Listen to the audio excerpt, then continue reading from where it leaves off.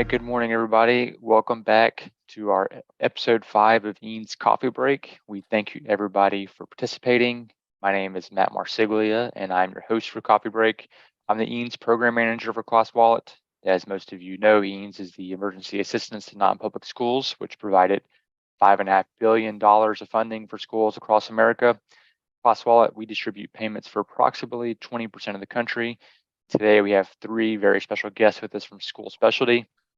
Many of you on this call are probably very familiar with School Specialty, as they are not only one of the largest EANS vendors, but also one of the largest school suppliers in the country. So please welcome Cecilia, Jennifer, and Laura. Can you please introduce yourselves, please? Good morning. Thanks, Matt. My name is Cecilia Cruse. I'm the occupational therapist on staff and subject matter expert for our Special Needs Division Habilitations. I've been with the company about 20 years. Currently live in South Carolina, and prior to joining School Specialty, I was an itinerant school therapist and also worked in hospitals and clinics. And I am Jennifer Fernandez. I'm the early childhood subject matter expert at School Specialty. I was a classroom teacher for over 20 years, primarily in pre-K kindergarten. I also have my master's degree in bilingual education, so I was a bilingual teacher for much of that time. I also spent several years as a professional learning specialist with the city of San Antonio in Texas. So I got to coach and mentor teachers and do professional development for early childhood teachers. And then I've been with School Specialty for the last 3 years, where I support sales and marketing and merchandising in our early childhood category. And I live in Lago Vista, Texas, which is right outside of Austin. Hello, I'm Nicole Hill. I am the Instructional Solutions subject matter expert representing different areas to include math, reading, literacy, character education, and just to name a few. I am located in Fort Worth, Texas. I came to School Specialty about a year ago. And prior to that, I was a teacher for various grade levels, pre-K through 12, as a classroom teacher as well as a specialist. And then after that, I was a school administrator in Texas, served as an assistant principal and a principal. Well, thank you, ladies. I am personally super excited about today's topic as we try to bring more awareness of self into the discussion via CASEL's 5 core competencies of social and emotional learning. My honest opinion is that we should be spending more time on these topics as educators, and self-awareness and self-management are 2 topics that I'm personally passionate about. And shameless plug here, my wife actually just released a book. It's our first book. It's called Ignoring Ignorance, and it's the entire premise of the book is a methodology to self-regulate your emotional, mental, physical, and spiritual states of being through autonomy. And so these topics line up right with these types of activities. And so really excited to talk about self-awareness and self-management for kids, which honestly, everything we talk about today could also be good for us adults as well, as we all try to grow and be better people.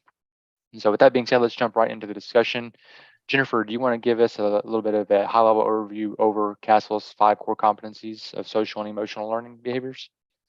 Yeah, so Matt, one of the things that all 3 of us do as subject matter experts, we do professional development, we do thought leadership within the company, and obviously help to choose products. And so we use CASEL as kind of our go-to and in all things related to social and emotional learning. And the website link is here so people have a reference to where we're getting this from.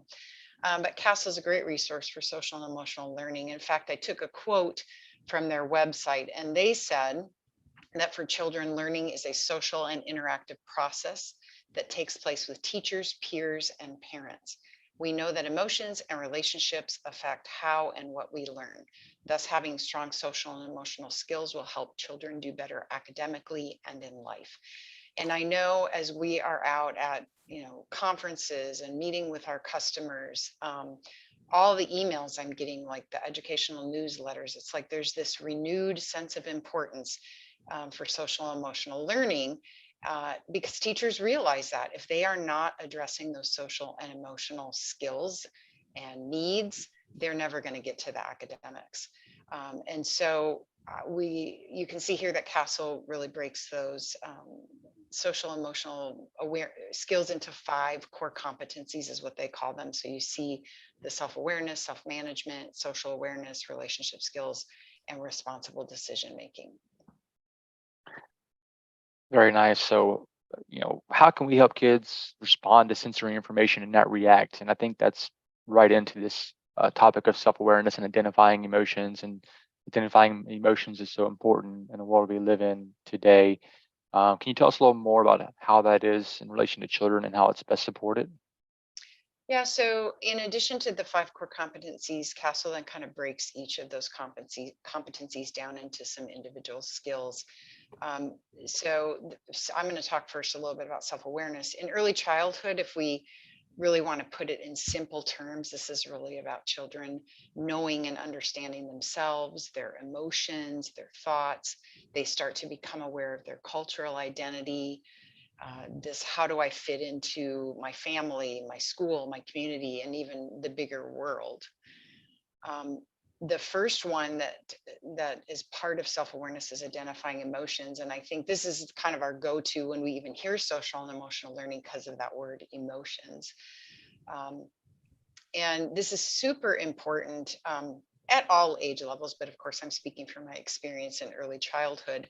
We know that teachers and parents are really the role models for emotions, how we express them, but we also have to start at the very basics and just teaching children, what are they called? What's the vocabulary? What does it look like? What is my body doing? How do I appropriately express emotions? So in a classroom in the early years, it's a lot, just learning those happy, sad, mad, scared. And then of course, as children get older, you can get into the more complex vocabulary and complex emotions. But of course, as teachers, we always need tools to help us do this. And so I've got a few visuals for us. On the left are some books, because children's literature is a great way to talk about those emotions, give some labels to the emotions, talk about, it might be realistic pictures, but it might be characters. What emotion is a character feeling? How can I relate to that? Have I ever felt like that? What does it look like in the book? Why are they acting that way? So you can have great discussions around children's literature that really get children hearing that vocabulary and understanding it. And then on the right, I've got some photo cards, because I once heard a presenter say that children listen with their eyes.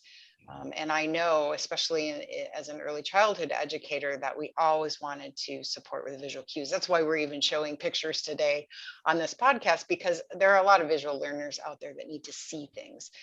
So when we can have posters and photo cards, and obviously illustrations and books, those are all great visuals for children to actually see, what is the facial expression that goes with a feeling, what's the body language that goes with that, and they have that visual cue as they're learning all those the vocabulary as well as understanding those emotions. Some other great tools, of course, I'm very big about making learning hands-on. It's not just hearing and seeing, but it's about doing as well. And so, when we can incorporate some games, there's a lot of great games. I know I've been with School Specialty now 3 years. Each year, we add more and more of these hands-on types of activities and games for children to use. A couple of these I really like because they have real photos. I'm kind of a snob about that, but I really feel like the real photos are much easier for children to read those feelings, what they look like, versus cartoons and emojis and drawings. I think sometimes they're a little bit harder for children to decipher. So I love that, here's a couple examples of things we offer that show those real pictures, I think is so important. And then I put in these visual cues just to remind us that we want to integrate talking about emotions everywhere in the classroom. Early childhood classrooms have learning centers, so you want to have them in every center. It shouldn't just be the calming area or one time of the day, the social emotional learning time of the day. So I put these emotion stones. Those are great in like a sand and water table. I've got the emotion fishing for outdoors. You can do this during outdoor learning time as well. So at all times, everywhere, we want to be, talking about this so children really understand and reinforce those concepts. Thank you, Jennifer, for great examples on how to help kids become more self-aware. Let's transition into the relationship skills aspect of Castle's 5 core competencies. Why are they so important for social and emotional learning? Yeah, relationship skills are huge. And, especially when I was a pre-K teacher, I came to that realization that, wow, I might be the first adult relationship that some of these children have outside of their home, outside of their the adults they know in their family. And that puts a lot of weight on me as a teacher, because I know that I need to build a good relationship and a positive relationship. There's a lot of research that talks about the first 3 years of a child's life being the blueprint for the rest of their life. So those first relationships you make, I mean, you're setting the stage for relationships with future teachers, and maybe relationships they have into the adult years. Again, so it's a big responsibility. And so we want to make sure that, we're doing it right. And it isn't just even about building a relationship with the teacher. I also have the job of making sure they're building relationships with other children in the classroom. So kind of helping to facilitate those peer interactions. And we know if we do a good job at relationship building, that that's going to help children feel, trust people, feel safe, feel worthy. And when children feel safe and worthy, then they're receptive to learning.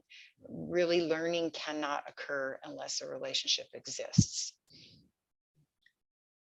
So, again, Castle breaks this down into some specific skills, but communication is one of those. So how are we communicating with children? Are we getting down on their level and not towering over them?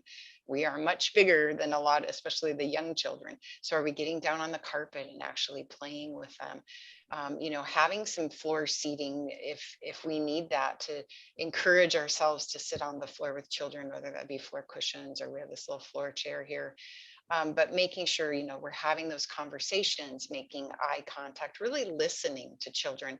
All of that is key in communication, and working toward those relationships. And then making sure for those peer relationships that we provide an environment that really fosters that. So having a dramatic play area where is a great place for children to act out what they see in their day-to-day lives in the world, their home lives. And then those conversations and relationships start with their classmates. Santa water table is another great place where, they're having fun and they're learning about science and math and lots of other concepts. It's sensory as well, but then they're talking to each other, they're cooperating with one another and having conversations. Something as simple as a dollhouse. I was in a bilingual classroom a couple of years ago as a coach, and observing, and a teacher had just purchased one of these. I think she had received some grant money and had 2 little boys playing there. And oh my gosh, the rich conversation and the relationship that was being built was just fantastic to watch. I added the light table here. I know this is kind of like the new hot, well, I don't know if it's necessarily new, but I just feel like a lot of people are asking for these, and I'm seeing more and more in the classroom. I know I didn't have one when I was a teacher, but again, in addition to science concepts and the sensory part of the light table, it's just a great place for those peer relationships to develop. And then simple things that I think sometimes we forget about. On the right, I've got a puzzle, doing puzzles together. I grew up in South Dakota, and when it was winter, that's all you did. You had to stay inside and do puzzles. But it really allowed us as a family to converse while we were doing that. And it's no different in a classroom. It requires maybe them to work together on something and talk to each other. And then on the left, I put a board game. That was something toward the end of my career. Especially as children are more and more using technology, they don't know how to play board games anymore. They don't understand turn taking and the rules of the game. So I really made sure to incorporate those in small group time in learning centers, just to get children, to learn how to play a game. But again, it's a great way to build a relationship with someone. Thank you, Jennifer. Cecilia, as an occupational therapist, we're going to transition the relationship skills to students with special needs. How would you recommend handling communication challenges for these students? Yes, that's such an important question, Matt. So as we look at inclusive practices, we want to make sure that our students with special needs have some way to communicate. 2 parts really to that. expressive language, being able to have speech output or some kind of language output, and then receptive language skills, how well are they understanding what is being spoken to them. So when we similar to what Jennifer said, that visual cues are probably one of the great ways to go with this. And in particular, we know we have to do this with our students on the autism spectrum, that literally we have to show them emotions so that they can learn them. We have to show them what it looks like to, start a conversation on the playground with a peer, or to have appropriate interaction to build relationships. And then I just do a quick call out. So there's something called sort of the pragmatics of social skills, and understanding the nuances of communication. And I mention idioms here because it just drives it home. So literally, so many of my kids over the years, those on the autism spectrum, some with, a traumatic brain injury, that ability to understand, okay, raining cats and dogs does not literally mean raining cats and dogs. Or I always use the example of my student, Jason, who I asked him one day what was on his mind. And he paused very deliberately and looked up, and then finally said, hair. So teaching those, as we said, the nuances of communication are so important. And then for children who cannot speak, we're going to look at, go ahead, Jennifer, we're going to look at what types of low-tech augmentative communication can we offer them. So speech generating devices, we call these. Some are relatively inexpensive, run off batteries. There's also a ton of apps now that you can download. Some are for purchase, some are free. That's going to give that ability to have voice output for a student that cannot express themselves. So I think adding those tools into relationship skills then allows them to get this CASEL competency as well. Thank you, Cecilia. Let's transition now to self-management, which I like to refer to as autonomy. As humans, we all have the autonomy to make our own decisions. And as kids, it's important to know, we have this power within ourselves. And I know you're very passionate about this topic, Cecilia, and as an occupational therapist. So let us do a deep dive for us on your perspective on this self-management from these CASELs. Matt and I were talking offline. This is my favorite topic. So to keep it brief, because I could write a thesis on this. So let's talk for a minute about what we call sensory integration or sensory processing, that we know that learning doesn't take place from just the chin up, that we need our bodies and our senses to learn and to make sense of our world. So it helps certainly for learning, but also with focus, attention, and behavior. So very quickly, there's a couple key senses in our body that are going to help with that. And the first one is our vestibular or our movement sense. It's literally information coming from our inner ears that give us our relationship to gravity and our world around us. In the most basic sense, it helps as a regulator for the brain to function more efficiently. So, and we use it as a self-management tool because we know that thinking about it can be a calming tool. So linear rocking, for example, when there is a fussy baby, we pick them up and rock them. So just being aware that students with ADHD, for example, sometimes do better wiggling on a ball chair. So those types of movement tools can be helpful. Second is our proprioceptive sense. It's a big word, but basically it's information that is registered deep in our joints and in our muscles that give our awareness of body and space. It can also help support that self-regulation response. So this is deep touch pressure, which can be calming. So think about how well you feel if you've ever had a massage or you've had a weighted blanket, or those of you that like yoga like I do, or do weight workouts, that very deep touch pressure can be calming and organizing for the brain. So in this post-pandemic age with tremendous, what we call complex trauma as a result of some of the things that have happened during COVID, I think that all students are coming in with just some general anxiety, and these are tools that can really help them in addition to our children with special needs. So for example, some of the heavy work tools that we use might be things that can go with them on a transition. So those are actually weighted sort of soft sports balls, we have weighted animals. So carrying something heavy through the transition through the hallway from the class to the cafeteria or class to the media center is going to give that proprioceptive input. Or sitting at a desk with a weighted lap pad draped across the lap can be a great way to just add some of that pressure to calm the body down. I know where I am in space. And then next up, also in terms of this self-regulation, self-management that we've already talked about, vestibular, so movement tools. So a gentle swing, we will put in the classroom again for that calming effect. And then we have students, as we talked about earlier, that actually have to get more movement for their brain to pay attention. And this comes into a little bit of the brain research that talks about, so our prefrontal cortex is basically our brain's CEO.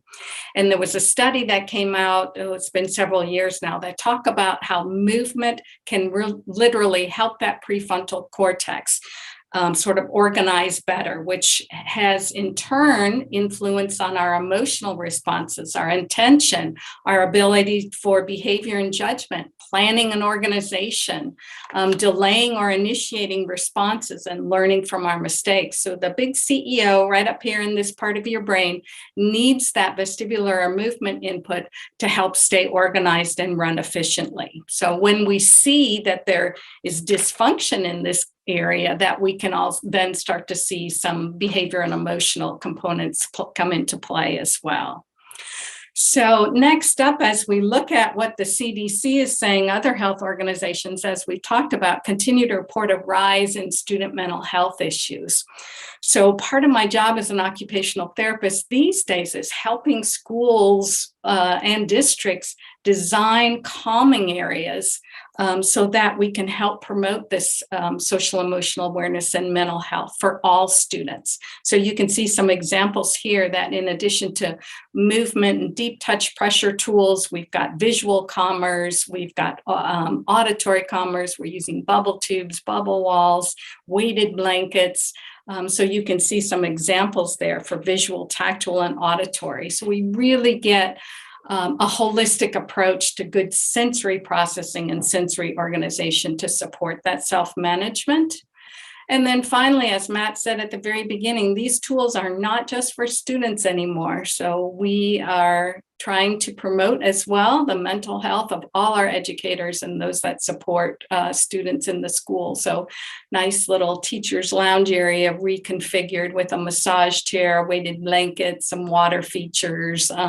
So remember that these tools are for everybody. Yeah, thank you, Cecilia. It's very good information. And I mentioned, earlier yesterday when we were chatting, that it's never too young for kids to learn how to meditate and clear their minds and give us that mental clarity that we all could use. So we've talked about self-awareness, self-management, and also relationship skills. We have two more parts. I know we have about 5 minutes left for Laura, and then we're going to go over the social awareness and then responsible decision making. And then we're going to open up to questions. So if you do have any questions, please feel free to go ahead and type those up in the Q&A. We'll be happy to answer them after this is over. So Laura, if you want to, why is it such an important skill for our students to develop responsible decision-making? And how do educators even teach this aspect? Well, absolutely. Thank you, Matt. We see in schools, in our districts, and in our classrooms, a lot of kids are really struggling with responsible decision making these days. The ability to identify problems and evaluate those situations, reflect, analyze, and then solve those problems as that's something that our students need. That's something that our adults utilize every single day. So in a school, there are several different ways to help our students develop this skill. If we go to that, so one of two ways would be to make time during your instructional day, albeit with the limitations of those instructional minutes. A lot of times we see that with morning meetings, classroom meetings, just a time where the whole group is coming together, creating that safe space to talk about different situations, circumstances that maybe students have encountered, and how to identify problems, reflect on those problems, solve those problems. And I think, one of those common practices is those classroom meetings where everyone can kind of come together and just discuss and collaborate. Another way to help students identify and solve problems and be able to make responsible decisions, and this is arguably probably the easier way and the most productive way, is to integrate responsible decision making and identifying and solving problems into all content areas. One great example of an opportunity that the educators can do that is with our STEAM and STEM initiatives. Now we're seeing a lot of districts implementing STEAM and STEM, and in those learning spaces, students are collaborating, they're utilizing all different types of learning tools in a hands-on way. And we know in those situations, students, they become more they come into conflict, they come into with one another, they do get just that kind of friction that we like to see, so that students can have the opportunity to identify and solve problems with one another. And that's a very, very reflective of what they're going to be doing as adults as well. So this is more of an independent way to analyze, evaluate, and reflect. And a lot of educators, one easy thing that they've done is they've implemented a journaling time where students can be with prompts or just in a blank journal, be able to have that time to reflect calmly, quietly, in a safe environment. And, a lot of times the teachers will write notes back. I know I've seen that a lot, where the teachers are having this ongoing correspondence with their students, but it's a great time for students to reflect on what's happening in their lives, reflect on, how to solve problems. Another way for students for us to individualize for kids is through those behavior intervention plans. I know we see this a lot of times in the special needs areas and intervention, and just with all students. And we obviously like to keep those behavior interventions positive, reinforce all those great things that we're seeing, and frequently we want those kiddos to have a visual. So we have, obviously behavior charts, we have different manipulatives and resources, such as the one that you see here, such as a token tower, just again, positively reinforcing what what the behaviors we want to see from our students when they show those in the classroom. Also, just giving because when students can be most successful when the expectations are clear and consistent, when they know what's expected of them. And so, for example, even having a visual timer, so when students know that this is how much time they get with a preferred activity, maybe, and once that time runs out, that they're going to move on and transition again. So that gives them time to really analyze and make sure that they are going to be able to make a responsible decision once that preferred activity maybe ends and they're moving on to something else.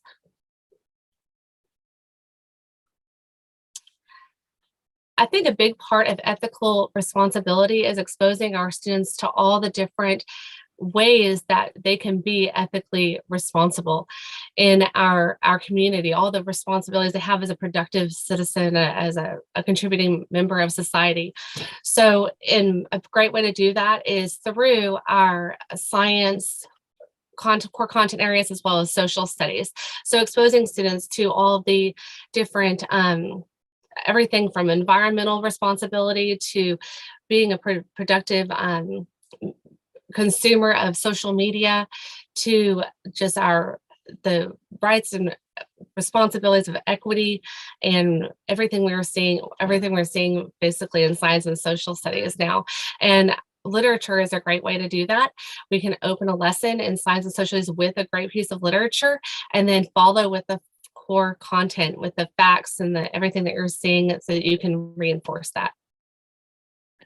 And then thank you, Laura. Our last of the 5 pillars of CASEL's 4 core competence is social awareness. So we have a couple minutes left, and I'm going to open up to questions if you want to quickly go through the social awareness and let us know how you witness educators successfully addressing some of these areas.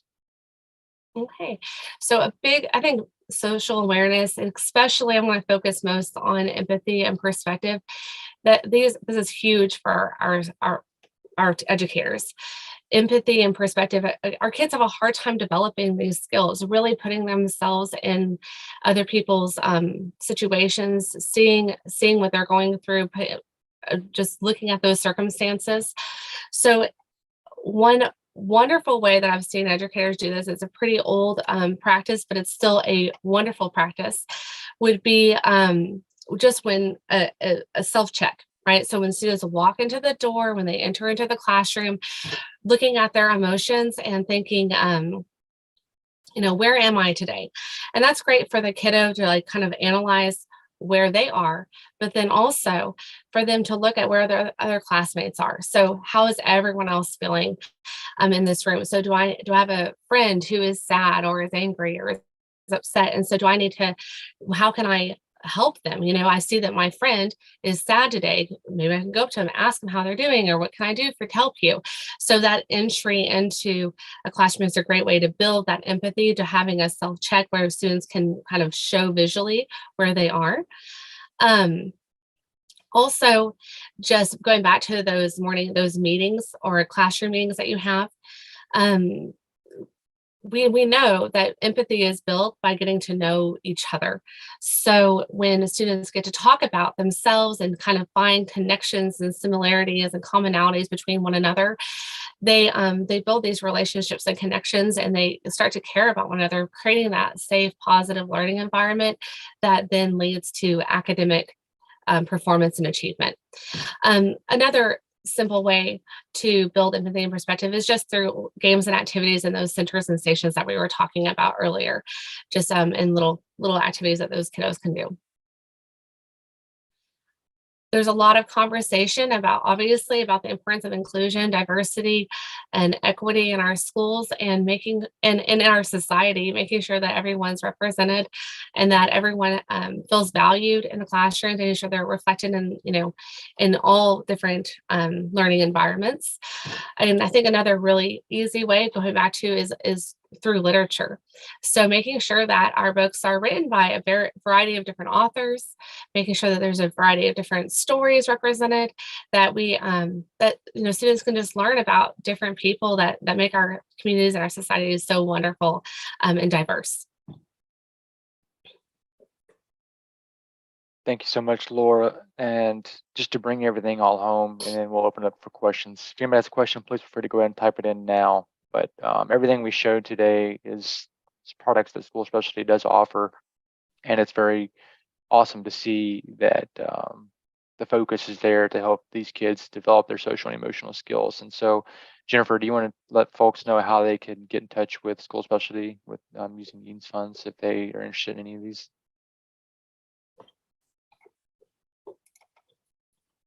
You're on mute, Jennifer. Sorry, thank That's you. right. Yep. We thank you so much for including School Specialty today. And we tried to show some examples to really incorporate great practices in the classroom. And of course, if you saw anything that you liked, you're very much welcome to visit our website, which is up there at the top, or you can call our 1-888 number, and that could, is a way you could get connected with a salesperson if you had specific questions. Just know that, we have everything from infant through college, and we have all the furniture for the environment, all the classroom supplies. Cecilia obviously showed a lot of things from our special needs category. I showed early childhood. Nicole showed our resources for literacy, math, but we've got art, we've got PE, science, STEM. So we really have it all covered.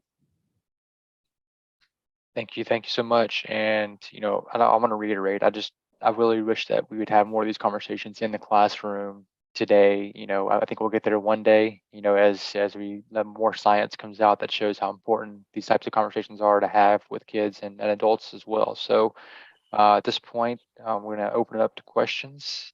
And let's see, we have first question is from Doug Arthur. And he asks, please speak to how you integrate conflict resolution skills into the classroom lessons plans for younger children.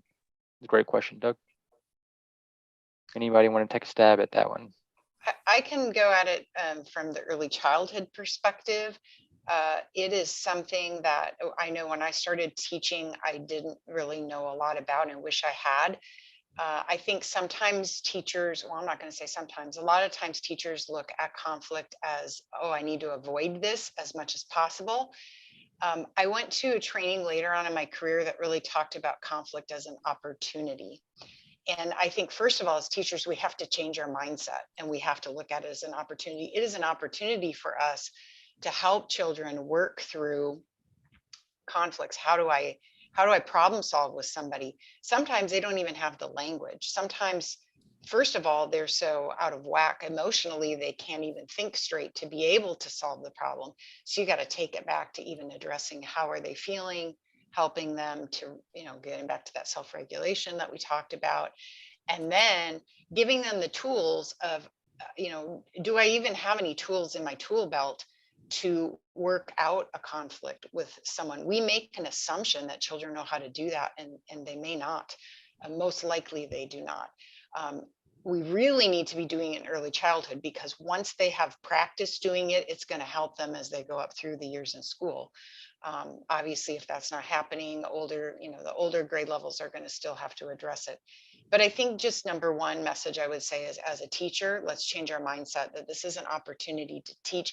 Just like I do a presentation on this, and it's like we teach children how to add, we teach children how to read, we teach children how to drive a car.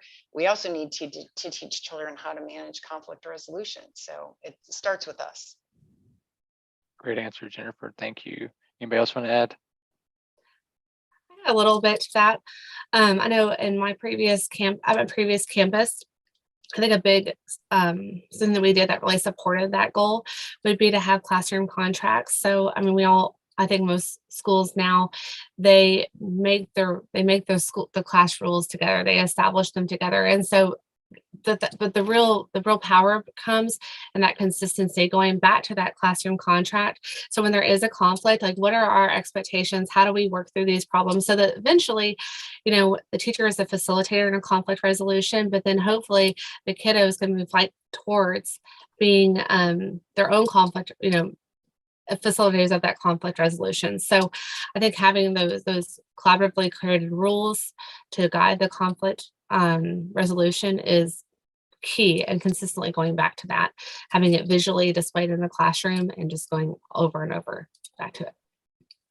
Thanks, Laura. And one thing I'll add, I think remaining neutral is obviously important as the adult in the environment, and not letting their emotions, come into you, because we all have emotions and we feel what the kids are feeling. And so if the more we can remain neutral, it helps calm the kids down too.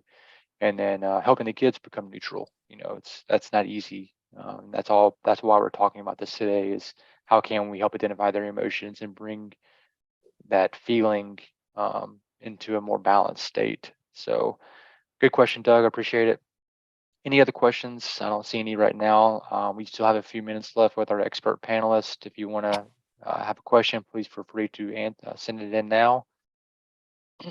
And while they're doing that, Matt, I can just make a comment, since as an OT, I've done a little bit of study, especially since COVID, with all the trauma-informed care practices, that a trauma-informed response to approach the conflict resolution is to often look not so much as we used to be like, what is wrong with you? Are you crazy? Versus what happened in your life? What are your ACEs, we call them, adverse childhood experiences, that caused you to develop this coping skill or this way of thinking? And it's really empowering, both as, I think, educators and even in our own lives, to sort of practice that. And as you said, Matt, that's often built in with mindfulness now, that, okay, just take a breath and what is it that made you react in this particular manner? And from my sensory integration or sensory processing perspective, we have a lot of kids that are going really fast into what we call that fight or flight response.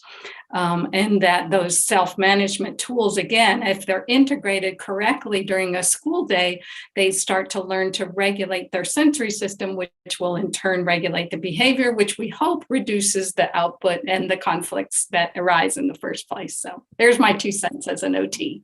No, I love that. That's certainly a great feedback, especially as it relates to patterns. We're all just a computer program really on our mind, and we have trauma. It creates a pattern, and when kids react negatively, it's not because it's who they are as a person or a being.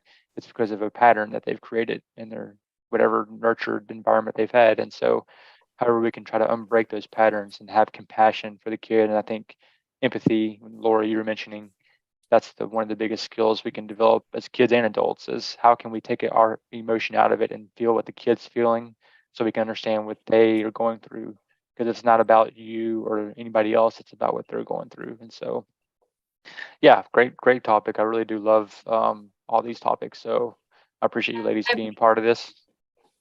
I have one more thing I can add to. We kind of brought it up a little bit, but just I think one of the popular practices we're seeing for conflict resolution, both internal and external with other students, would be those calm down corners. So a lot of our schools now have calm down corners or safe places in all their classrooms. And I know we've worked with a lot of customers on implementing just having the soft seating, the visuals, the fidgets and sensory items and everything that they need in a space in their classroom that that students can maybe work down and de-escalate themselves, and then they can come back together in a facilitated environment to collaborate with that other student to figure out how they can resolve that. So then we talked. Thanks, Laura. No, that's a great example. We've seen tons of calming spaces included with EANS fundings. So it seems to be before the pandemic, I don't think it was very much a priority, and it now seems to be a lot of classrooms are wanting to get that service type of environment for the kids. So well, we don't have any more questions, so I'll let everybody get on with their day. But again, thank you everybody for attending. And Cecilia, Laura, and Jennifer, you did a great job. Thanks for being part of the webinar. And we'll be having this posted on YouTube, so please send it out to your peers and teachers and let them have a look if you found the content helpful. And we'll see you on the next episode. Thanks, everybody. Thank you. Thank Bye. you.